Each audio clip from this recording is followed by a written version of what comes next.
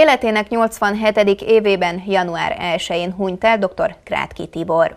A 2005-ben Nagykanizsa díszpolgárává választott egykori polgármester dr. Krátky István egyetlen fiú leszármazottját szerdán kísérték utolsó útjára.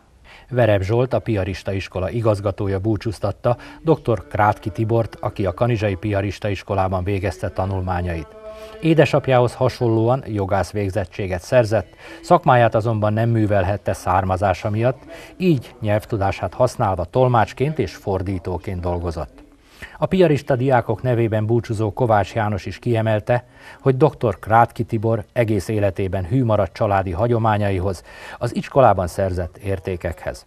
A temetés után dr. Krátky István Nagykanizsa talán leghosszabb ideig hivatalban lévő polgármesterének leszármazottai a polgármesteri hivatalban adták át azt a festményt, mely ezidáig dr. Krátky Tibor birtokában volt.